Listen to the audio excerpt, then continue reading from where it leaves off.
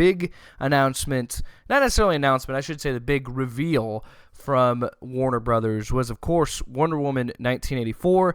We got some more posters, some more stills, if you will. See, look at that. I'm rhyming. I'm firing on all cylinders on a Monday.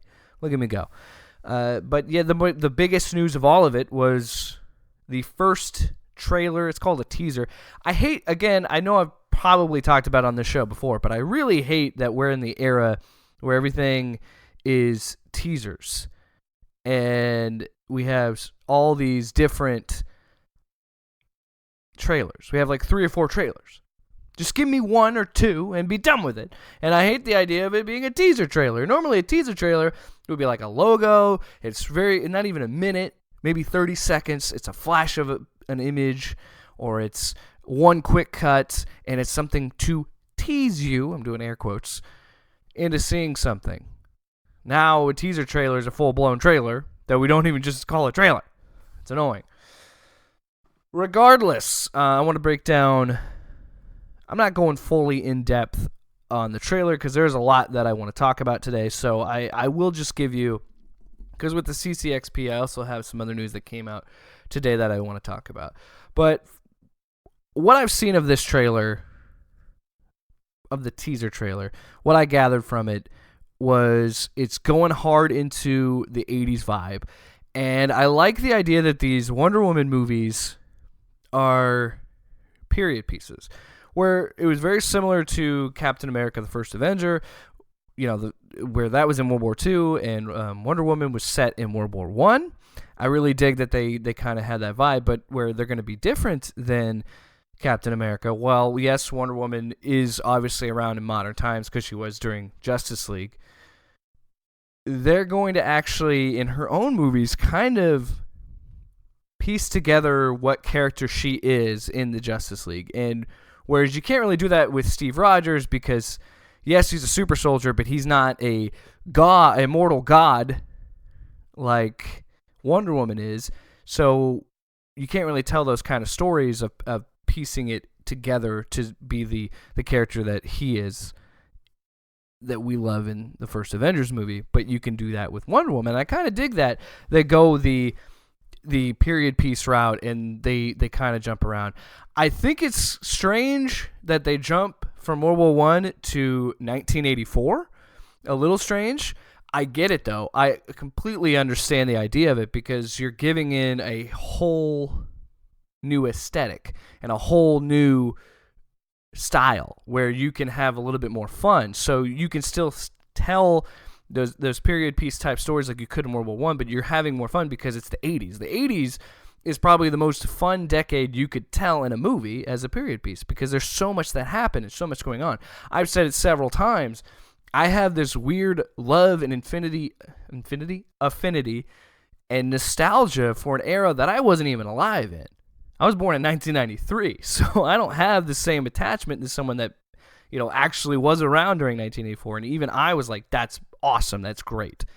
And the vibe of this trailer, I think, is a great vibe for what the movie is going to be. It hits right away with Blue Monday by New Order. That's the backing track for this entire trailer. And I'm just thinking, yes. Yeah, I even said, I was talking with some friends, and I was like, that I love the 80s theme and the absolute banger they chose for the trailer. If you put a synthesizer in music in any sort of promotional thing, I'm going to like it.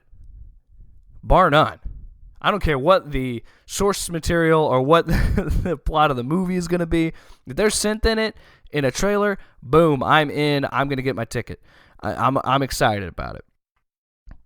Now, that being said, the actual meat of the trailer I thought was interesting. And if you haven't seen the trailer, check it out because I'm going to be talking about it, so it would help give you a frame of reference. I'm not saying it's spoilers because it's a trailer. You can't really have spoilers in promotional material like it. Well, you can, but that's a whole different episode for a different day. Point is, here's some things, my takeaways from the trailer.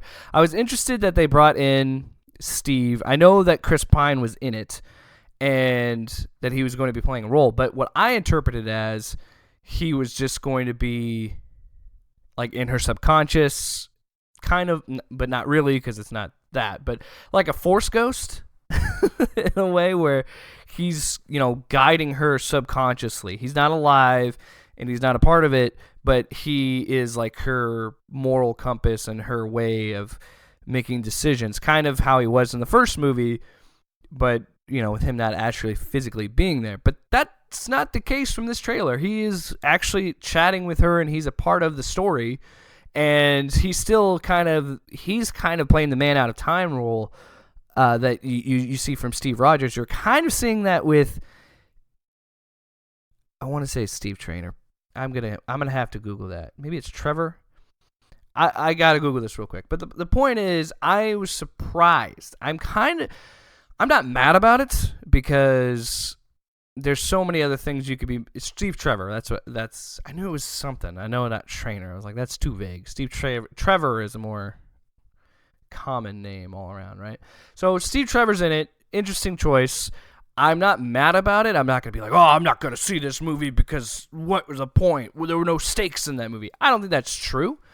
I think it's going to add a dynamic to it. And honestly, if it gives me more of that chemistry that Gal Gadot, whatever. I'm going to say Gal Gadot. Her chemistry with Chris Pine in that movie was the strongest thing about that movie. That was the thing that really brought you in. And I think that's what made that movie excel so much more than I expected. And to have that again, I'm okay with. I think they work so well together, and I think it makes a lot of sense to bring them back. Now, how they work it into the story, going to be interesting. I don't know exactly how that's going to work. And then I did some more research on it, and I also shout out to Pedro Pascal, because he's in this as the looks to be one of the villains, because Kristen Wiig is in it as well to be Cheetah. Shout out to Pedro Pascal, man. He's getting work. He I know he's probably in stuff before this, but from what I've seen him from, I see him in Game of Thrones. Then he's in Kingsman. Now he is the Mandalorian, and now he's going to be in Wonder Woman 1984. And the reason I bring up Pedro Pascal is because his character, Maxwell Lord, is all about giving things that you want most, the things that you desire most. So there's some theories that I saw online that he's going to bring some way bring Steve Trevor back, because that's what Diane, Wonder Woman, wants the most. So that would make sense. I don't know how that's going to work in the story, but that's probably what it is. We finally saw her full gold armor. That we already saw the armor in the I don't even know what you'd say what it was. That big neon splash poster. We saw that already, but now we're seeing it in full armor, and we're seeing her fly around and do stuff in it. I'm gonna be honest, I don't really like it. I'm a purist, man. I like her regular armor. I think that's better. I think that's much cooler to me. So, yeah, it was pretty cool. I'm really excited. I was already in the bag for it. I was already really excited about it because I thought the first Wonder Woman was so good, and Patty Jenkins, had lightning in a bottle there, and I hope lightning can strike twice into a separate bottle, because I really hope this movie is good. DC has actually been on a winning streak, and we'll see what happens with the Suicide Squad and the Batman. But yeah, they've been on a winning streak, and they've been, winning goodwill back, and I think they've actually been putting up legitimate competition with Marvel, and this is the best time to do it, because in my mind, and we'll get to Disney and Marvel and what they're doing later in this discussion, but I don't know, where you're seeing Marvel kind of wind down, you're going to start seeing DC pick up, and I think they need to take advantage of that, and I think they got to keep riding that momentum of Wonder Woman. I'm not a huge fan of the title, Wonder Woman 1984. It just seems kind of generic, but then it also kind of seems original because it's not Wonder Woman 2. But I thought it'd be like Wonder Woman : what would it be? I don't know if it could be Wonder Woman : 1984, Wonder Woman the 80s. I don't know. It's a weird title, but it's not terrible. I'm not a huge fan of it, but it's not terrible. We also got more posters of the similar design that we saw from last year's San Diego Comic-Con with the neon stuff. You're seeing it with Steve Trevor, with Cheetah, and with Pedro Pascal's character, Maxwell Lord. There's some people that are kind of, I don't know, when it comes to Kristen Wiig's casting as Cheetah. I understand that, and I know I'm someone that's had reservations before. I was someone that was very much against Jesse Eisenberg's casting as Lex Luthor, and unfortunately I was right about that choice. But, people make these kind of reactions to, it seems like, almost every casting. There was that reaction to Robert Pattinson from a lot of people. I was someone who was like, give him a shot. Why not? I didn't really have the reaction that some people did for Heath Ledger for The Dark Knight. But, I'm at this point where I'm willing to give anybody a chance, because this genre, that's what's so cool about the superhero genre, is you can give genre actors a chance to do something different. And I think this will be good for Kristen Wiig. I think she's a great comedic actress. She's very funny. But I think this will be a chance for her to really step out and do something different. Now, I'm not saying that Cheetah, based on the one shot, the one little scene that I saw in the trailer, I still think she's going to have some humor to her character, which is fine because, again, Kristen Wiig's so funny, you want to play to that strength.